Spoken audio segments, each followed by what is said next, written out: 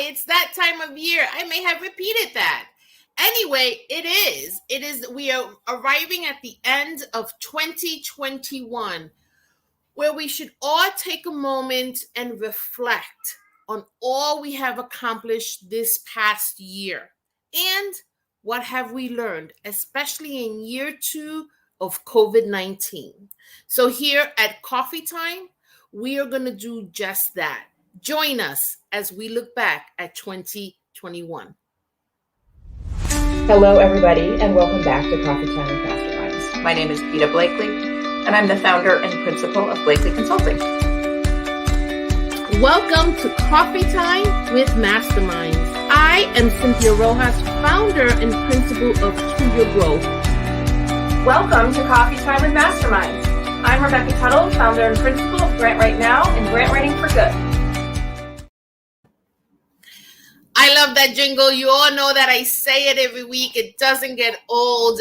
We designed it we got it in 2021, and I can't wait to continue to use it. So welcome to Coffee Time with Masterminds, a 30-minute show for and about leaders of mission-based organizations. And here at Coffee Time, we've been talking about reflection, at least for the last 3 weeks.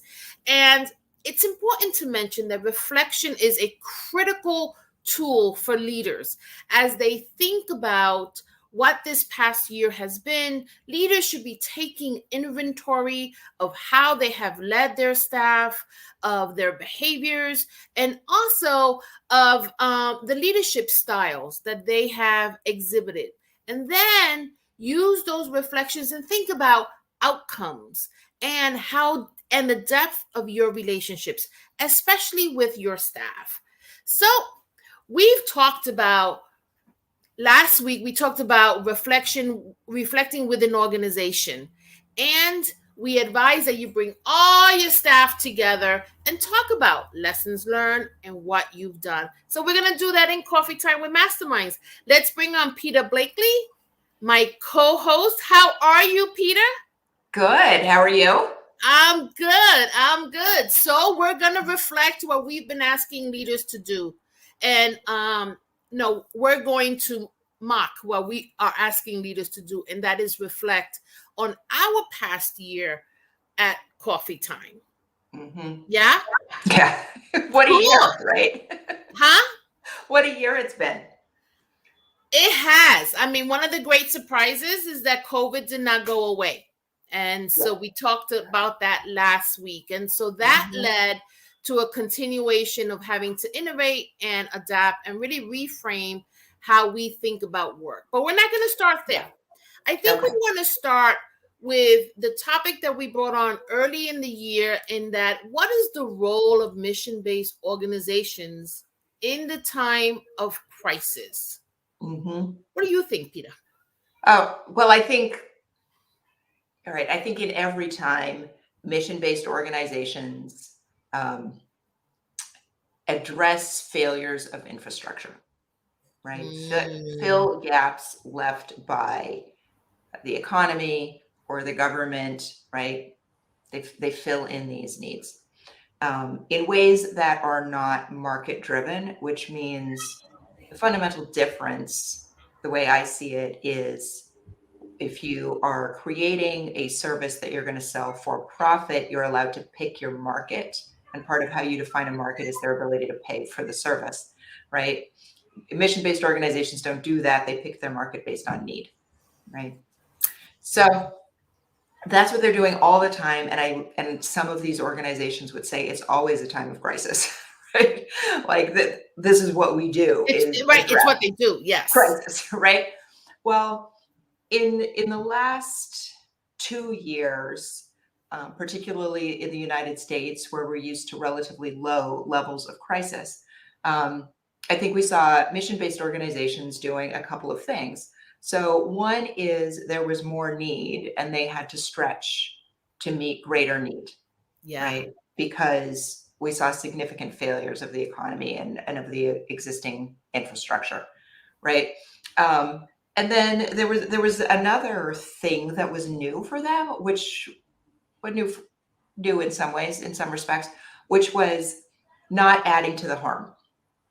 And so they had to do that. So sometimes it was really literal, like we can't open our doors because we don't want to contribute to the spread of COVID in a vulnerable area, right? Right. Or population. And then it was also with respect to their own staff, right? How do we somehow shelter our staff, like at the same time that they're doing this work? And how do we not do more harm to that population who are now a lot less removed from the conditions of crisis than they might normally be, or than we might normally have assumed them to be, right? Because we shouldn't assume that staff in not-for-profits don't have the problems that the not-for-profit addresses, right? Right. So, yeah. So I think it got a little more complicated this year, right? Philosophically and logistically, it got more complicated in 2020 and 2021. Yeah, and I think the complication is that we thought it was going to end. Right. In And 2020, we absolutely thought like these are temporary adaptations right. that we're going to enact before we go back to normal. And in 21, we realized there's no such thing as back to normal, right? Now we are just trying to build the future, right? Which Yes. is not going to be like where we came from, right? Yes. Yeah. And then, you said a couple of things that are striking. Nonprofits address the failure of infrastructure, right? And right, there was a lot of failure. And in defense of humankind, this was the first time for many people. But what it let us see is the vulnerability also in our political infrastructure, right? Because we didn't have the leadership. And when we are in crisis, that is who we depend on. Our leader of the world, of our country. And employees and the people we serve depend on the leader of the organization. But yeah, everyone was in a crisis. Right. Everybody's in crisis. Nobody knows what to do. Right. The information is changing day to day. The situation is always fluid. And that's a very hard time for a very hard situation for people to live through or people to lead through when you never have complete information. Right. Yeah. And then I think the leaders of not-for-profits are doing their best with that, with like limited information and constantly shifting information, while they're also people in the world being affected by it, right? Yeah. Yeah. Yeah. Yeah. And maybe that's why leaders are so, I mean, we're seeing a lot of turnover at that level right now. I think they're just really tired. I think so. And how beautiful to recognize that you're tired and you should step down. Yeah. Right. That's really a realization that if you arrive at that as a leader, you are really exhibiting true leadership. And for me, in addition to what you're saying, or maybe I'm just saying it in a different way, I got into nonprofit work because I fundamentally believe that we are here to take care of each other. What happened during COVID, though, is like what they talk about in the airlines, putting the oxygen mask on before you help someone else. However, for some people, they had to go out and help. Like we had essential workers. We had folks that could not leave the workplace, meaning they couldn't just work from home. Yeah. And so it created a vulnerability that I don't think I've seen as deeply as I saw for COVID. And it really, I think it is creating a new class consciousness in the United States. There has been dramatic and widening income inequality and asset inequality in the United States. And this has been going on since the 70s. And I think most Americans weren't weren't really aware of it, right? Right. Weren't really aware of how this has changed, and didn't have a really good understanding of what were working conditions in different fields, right? Right. Right. Most high earning Americans, like lower income Americans knew pretty well what was going on, right? Yeah. So, but I think we can't run from this problem anymore, right? I mean, one week we're saying, grocery workers are vital and we can't get by without them, and childcare workers are vital and we can't get by without them. And then the next week we have to talk about whether or not they should actually earn $15 an hour. What an insane conversation to have, right? Yeah. I mean, I think, right. I think we're really at a point now where we can't avoid these conversations anymore. And that's good. Like, I mean, if this is the pain we have to go through to have those conversations, that's what we have to do, right? I think they're really important issues to confront. Yeah. I mean, our lowest paid workers, the people who, if you live in New Jersey, and I'm sure this happens in other states, people pump your gas, right? Yep. Or they had to keep the gas stations open. And Mhm. so I think about that, and that those are typically the lower earning individuals, and how Right. much we needed them. So Right. you're right. You're right. It's a lot of Yeah. it highlighted a problem in our infrastructure. Yes. Yeah. Yep, absolutely. And I would call that a failure of our economy. Yeah. That economy. Oh yeah. But they're turning it around. They're turning it around. And personally, I don't think $15 an hour is enough. I agree. I think it's a reasonable starting point. I think the fight for 15 has good alliteration. Yeah. It's got that going for it. But yeah. It's and I also think that it led to a heightened awareness, and now people are making more because it got very competitive. It is very competitive, and so it's led to the Great Resignation, which is what you've talked about. The next thing we wanted to talk about in terms of reflection is taking decisive action, right? This idea that leaders needed to make decisions, and for many of us, those were quick and fast. And if you are a consensus building leader, you may not have had that kind of time. Do you want to talk a little bit about that? Yeah. I think that really came through when we talked to Laura Perel about, making a decision in her organization that she wasn't going to be able to hire people for these crucial positions if she didn't offer more money. Right. And she only had enough funding to offer more money for 2 years. And she said, let's do it, right? We got to take the action, and then we've got to deal with that problem down the road. And I think about that a lot. I think everything that we have been preparing for, right?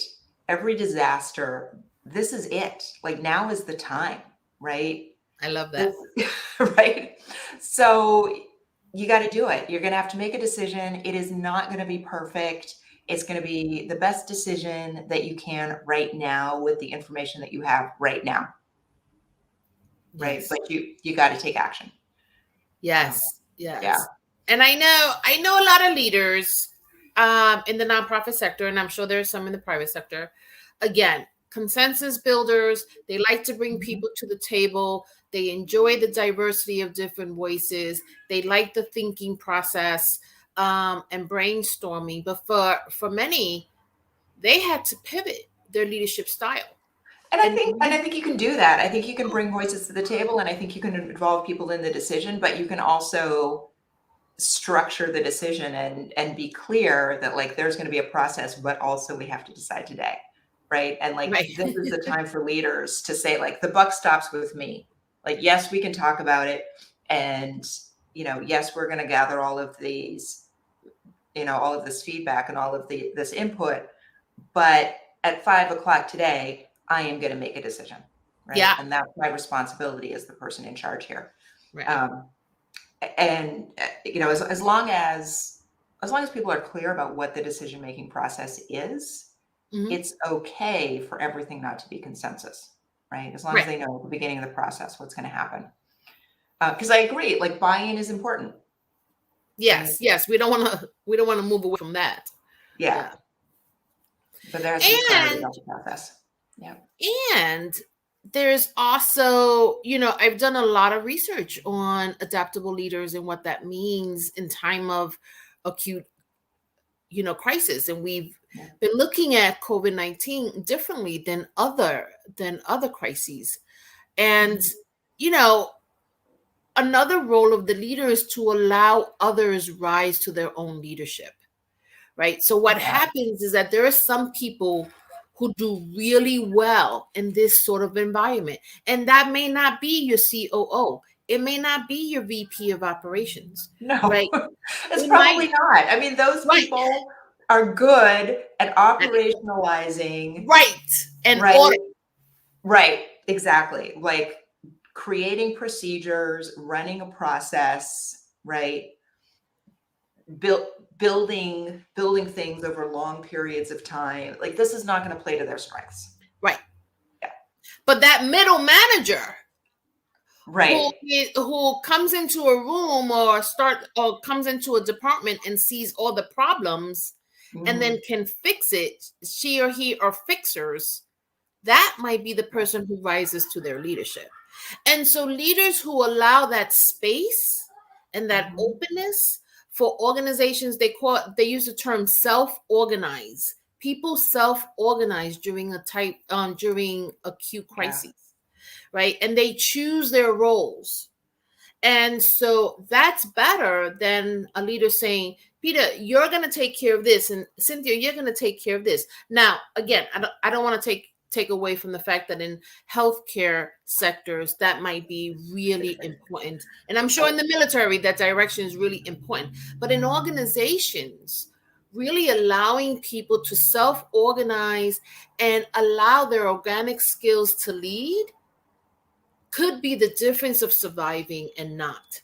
And when Liz O'Connor was on our show, she talked about how powerful that is as an everyday practice in building people's leadership capacity and creating pipelines in the organization, right? And how, asking people, well, what would you do if I wasn't here?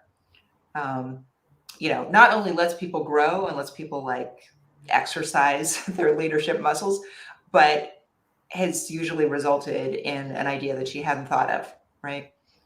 Yeah.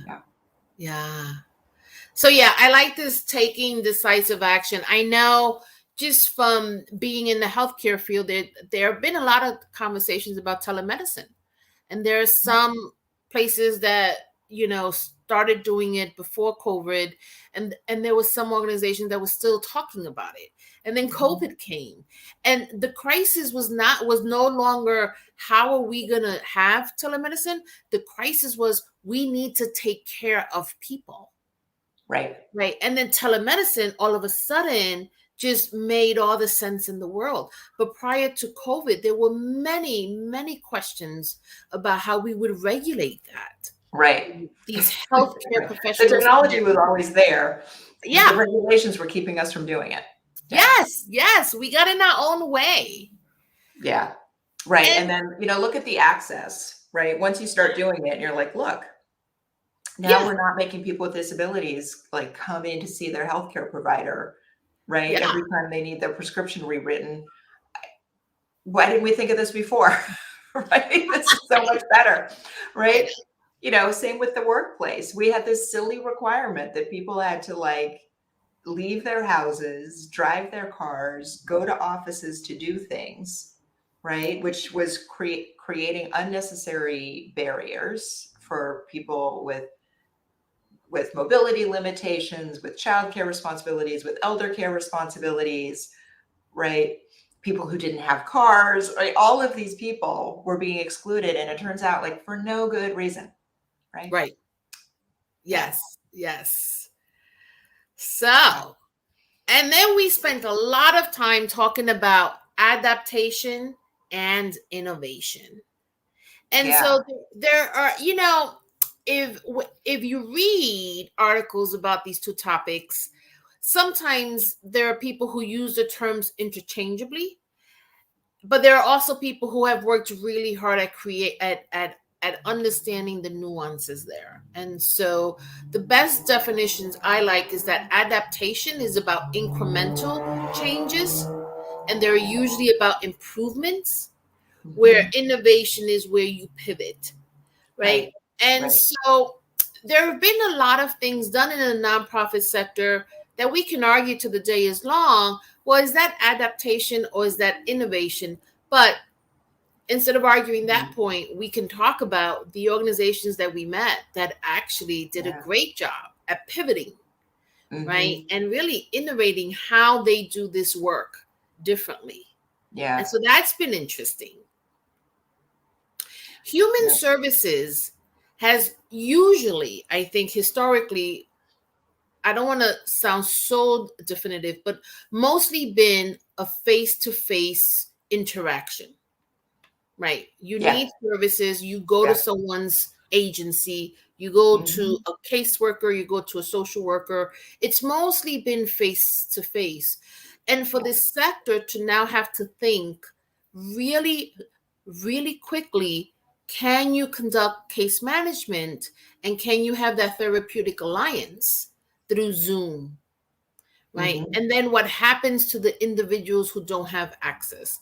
So the digital divide became really obvious and in our face, the differences. I mean, we learned that there were people who had no access to the internet, right? And we started wondering, why are we charging so much for internet service? Yeah, I mean, I think this is 2020, 2021 were the year that we realized that internet service is infrastructure. Yeah. Yes. And why don't we just all have it? Right? Like we have water. Yeah. Like we have plumbing. Yeah. I love that you compare the internet to water. Because we both remember a time where there was no internet. Yes. But for some reason now we can't seem to survive without it. Well, so this is what happens with technology through time. And it tends to happen with all technology, that if something gets introduced and it's kind of a luxury, it's not a have to have, right? This is not the case with water, but this is the case with, say, telephones, right? There was, or maybe electricity, right? There was a point when you could get by with not having a telephone in your house. And I don't mean like because everybody had a cell phone. I mean, before we had cell phones, when we had phones that were attached to the wall, right? There was a time when lots of households did not have a phone. Right. And I'm not sure what you did during that era if you were sick and you weren't going to work, but there must have been some system. Like maybe you told your neighbor to tell him you weren't coming in, or I don't know. But eventually enough households had phones that it became an expectation that if you were sick and you weren't going to work, you had to phone your job and say you weren't coming, right? And when it started to be an expectation that every household had a phone, now teachers expect to be able to phone home and talk to parents, right? It starts to be very difficult, maybe even impossible, to make a doctor's appointment if you can't phone them, right? All of these things. So eventually that technology that at one point was a luxury really becomes something that you can't function without, right? And so in our lifetime, we've seen that happen to cell phones, right? It went from an expectation that you could be reached on your phone maybe in the evening, and that was about it, to an expectation that you could kind of be reached all of the time, and that you could even get emails in the evening, and things like that. There's right now, look at, 2021 was the year of the QR code, right? I would say that was the biggest comeback in history. But we're now at a point where you can't really eat at a restaurant without a smartphone. Right. I mean, it just got to be like, we assume that everybody has that technology, and so you have to have that technology. Well, that's what happened to the internet over the last few years. There was a time when people had it at work, nobody had it at home. Then there was a time when people had it at home. And then people started to assume that people had it at home, which meant kids started to be required to do research online for their schoolwork, right? Schools started to put materials online for families to access. And we got to a point without really realizing it where we were just assuming that everybody had fast internet service and a good computer in their home. Yes. And it wasn't really true. And we did not realize how wrong we were until COVID hit and we started to expect all of the children to learn online all day while their parents also worked online all day. Right? Yes. Yes. No, it really lifted. And I think you're saying it so well. This idea of going from a luxury or a want to have to a must have.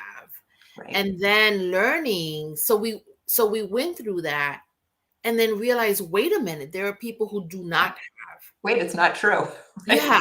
And so what are we gonna do? And so that really created the need for some innovation and partnership with internet providers. So that's been interesting, really interesting. And then we only probably have time for one more because we're coming at the end of our show. But another topic that we spent quite a bit of time on is the difference between leading and managing. And that became very obvious during COVID. Yeah. Right? So leaders needed to hold the communication. They needed to lead. They needed to ensure their people that to the best of their ability, that we were planning, we were looking at scenarios, that we were trying to put plans in place to keep people safe. Mm-hmm. And yet there was the need for other folks to do the day-to-day. And so some people struggle with the differences between leaders and managers, but I think COVID highlighted that. Has that been your experience in your work? Yeah, I think so.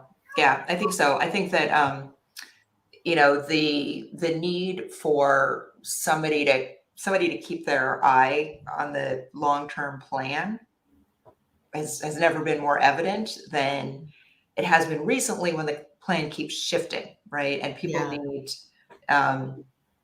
need reassurance and people need vision. But also there's a whole lot of stuff to implement fairly quickly and logistics to think through. And so we learned real fast who's good at that and who's not, right? Right. And who can put a plan in place.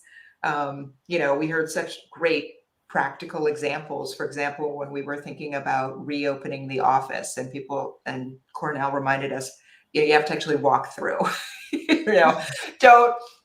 don't make a reopening plan and draw your traffic flows without walking through the office and making sure that it makes sense, that all the paths connect, right? I mean, that's the difference between leadership and management. Right. To think of that and do it. So. Yeah. And we can't forget the show that we dedicated, although this is probably 2020, but I'll mention it anyway, because she still holds the pillar of leadership during COVID, and that's Prime Minister Arden. Yeah. And if you want to see what true leadership looks like, there's enough YouTube videos and there's enough articles that talk about her, and people will be studying her for years to come. Yeah. So we have come to the end of our show. I want to let viewers know we had a long list and we were ready to reflect on many more things. But this is the kind of exercise that we have been encouraging in the last couple of weeks to do with your team, because you begin to, you applaud yourself for the work that you've done in what was year 2 of a crisis. And 2, there's still lessons to be learned. And the truth is 2022 is gonna be year 3 of COVID. So let's don't think that don't think there's any returning to normal, right? Right. Assume that like whatever lessons you've learned this year, you're just going to keep applying them going forward as things continue to change. Yes. Okay. So we'll see you next week. as we continue and end the year with goals. What are our goals for 2022? Have a great weekend, everyone.